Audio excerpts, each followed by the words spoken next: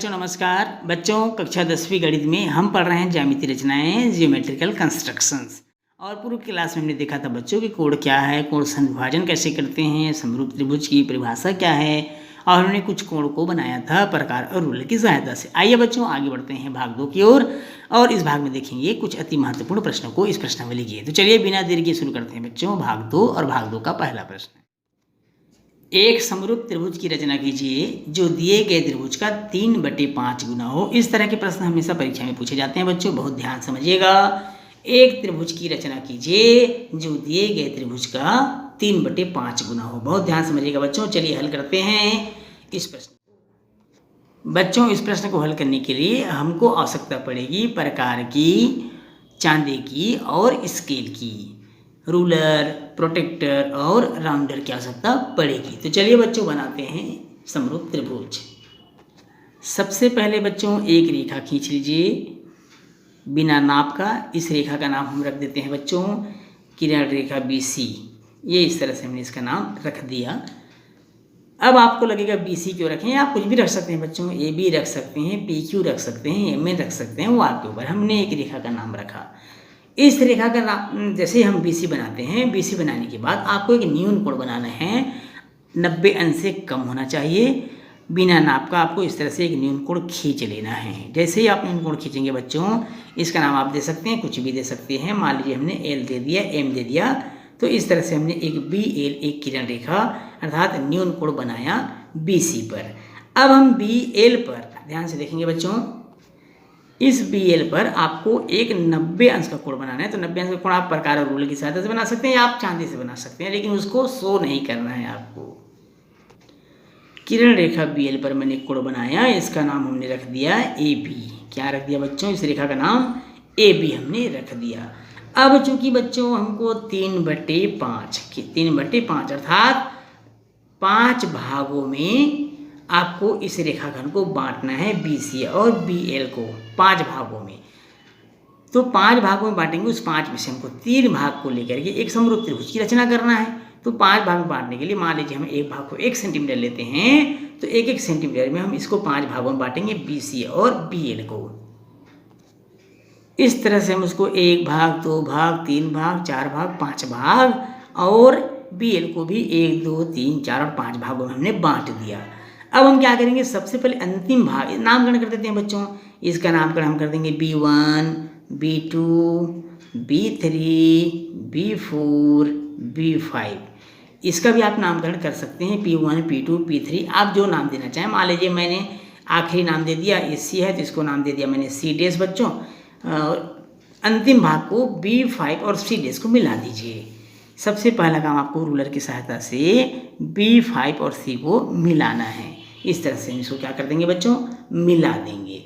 अब उसके बाद चूंकि 3 भाग बोल रहा है बच्चों, कितने भाग में, 3 भाग में। तो 1 भाग, 2 भाग, 3 भाग अर्थात यहाँ हम पहुँच जाएंगे, और इधर से भी 1, 2, 3 इस 3 भाग को मिला देंगे बच्चों।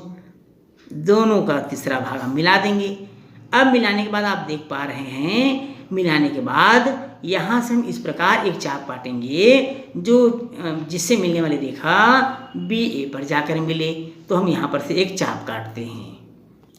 उसके लिए आपको इस बिंदु पर इस प्रकार आप रख लेंगे प्रकार को, राउंडर को, फिर इस प्रकार घुमा देंगे बच्चों, और उसी चाप को बिना कुछ परिवर्तन किए इस प्रकार काटेंगे कि पूरा पहले वाले चाप को प्रतिच्छेद करे, और जहाँ से प्रतिच्छेद कर रहा है उस बिंदु से आपको एक लाइन खींचना है, एक रेखा खींचना है जो AB पर जाकर मिलेगा। इस प्रकार से बच्चों आप देख पा रहे हैं, हमने यहाँ पर प्रकार रखा, चाप काटा, फिर यहाँ रखा, चाप काटा, और चाप काटने वाले बिंदु से हमने एक रेखा खींची। मान लीजिए इसका नाम हमने दे दिया Q और इसका नाम हमने दे दिया P। PQ एक रेखा मिल गई हमको।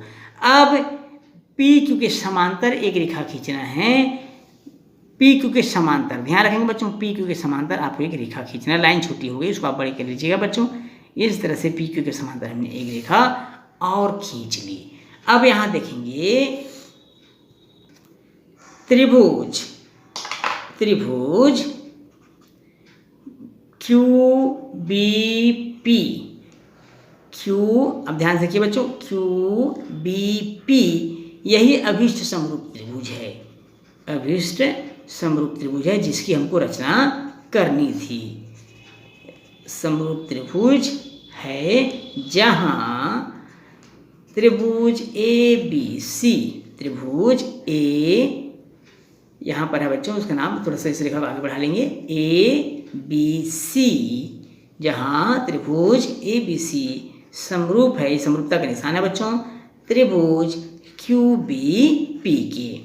अब बी पी बराबर क्या था बच्चों, 3/5 बी सी था। हमने 5 भागों में बांट के और उनमें से 3 भाग लेकर समरूप त्रिभुज की रचना की थी। अर्थात यहाँ पर हो जाएगा क्यू पी बराबर 3/5 ए सी हो जाएगा। अर्थात हम क्यू बी बराबर मालूम कर सकते हैं, एवं क्यू बी बराबर भी हमको मिलेगा 3/5 ए बी।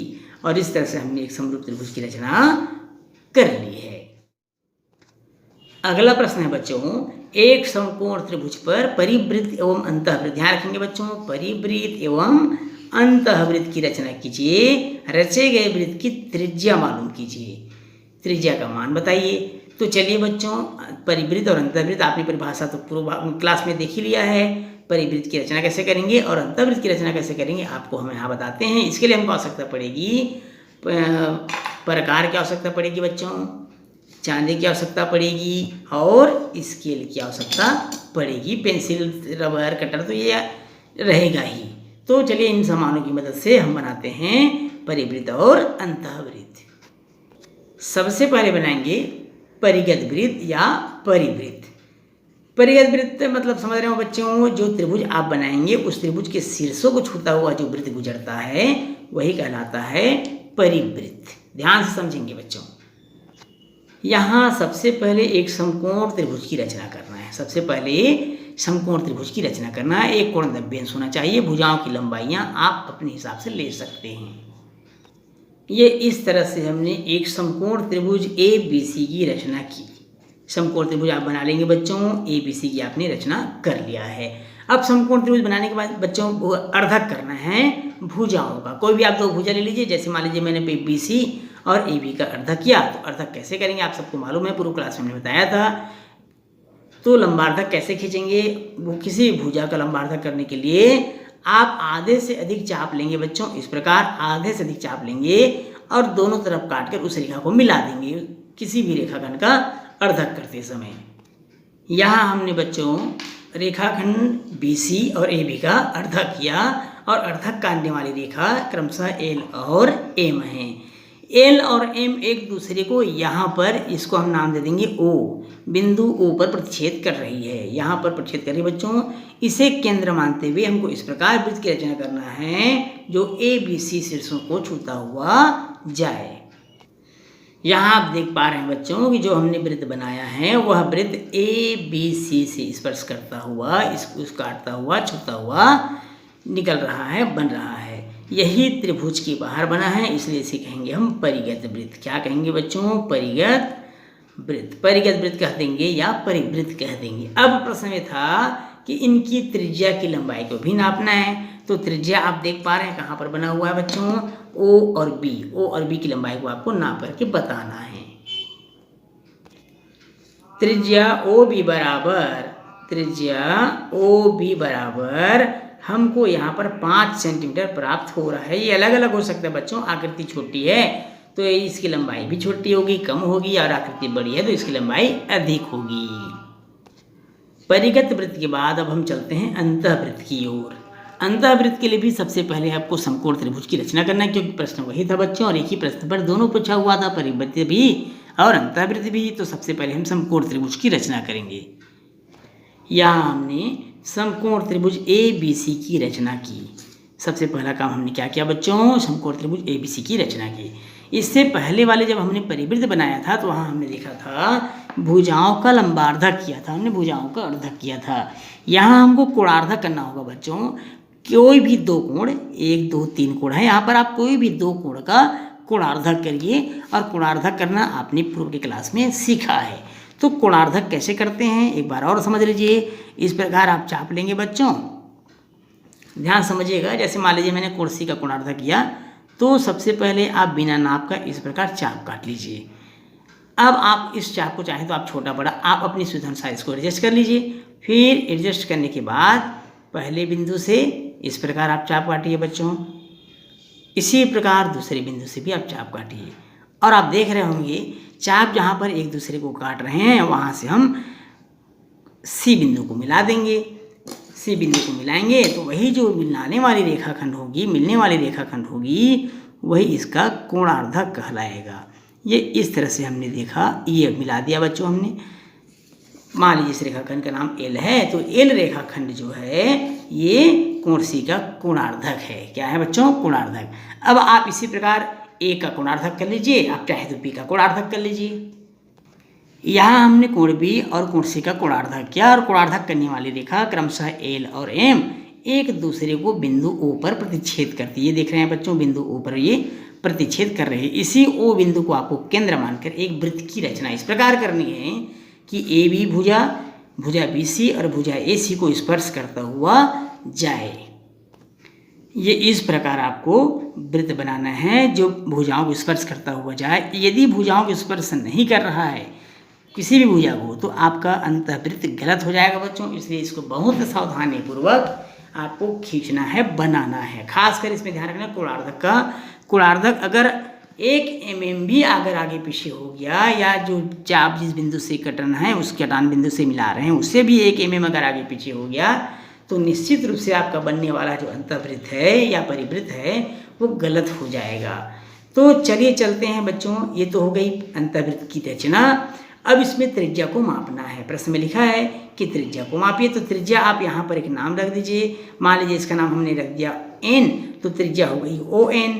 इस ON को आप ON को नाप सकते हैं बच्चों। यहाँ पर नाम रखिए, यहाँ पर कभी नाप सकते हैं। तो त्रिज्याएँ तो सभी तरफ होती हैं वृत्त की, असंख्य त्रिज्याएँ खींची जा सकती है। तो त्रिज्या ON को आप नाप लीजिए और त्रिज्या ON को मापने के बाद आपको मिलेगा त्रिज्या ON बराबर जो आप बनाए रहेंगे आकृति के हिसाब से परिवर्तित होता रहेगा बच्चों। अगर आकृति बड़ा है तो त्रिज्या का मान भी अधिक होगा और आकृति छोटी है तो त्रिज्या का मान भी कम होगी। यहाँ जो हमने बनाया है इसकी त्रिज्या ON बराबर हो जाएगी 2.5 सेंटीमीटर। हमने इसको मापा है स्केल से, तो हमको 2.5 सेंटीमीटर लंबाई का प्राप्त हुआ है। बच्चों इस प्रश्न के साथ ही आज की क्लास यहीं समाप्त होता है और हमारा यह अध्याय ज्यामितीय रचनाएं ज्योमेट्रिकल कंस्ट्रक्शन भी समाप्त होता है। बच्चों निश्चित रूप से मैं विश्वास कर सकता हूं कि आप सबको अच्छे से समझ में आया होगा। आपके कमेंट्स का हमें इंतज़ार रहेगा। बच्चों यदि आपको यह वीडियो अच्छा लगे तो इस वीडियो को लाइक और शेयर ज़रूर करिएगा। चैनल में यदि आप नए हैं तो चैनल को सब्सक्राइब करना बिल्कुल नहीं भूलिएगा। फिर मिलेंगे बच्चों एक नए अध्याय में एक नए प्रश्नों के साथ। तब तक के लिए नमस्कार।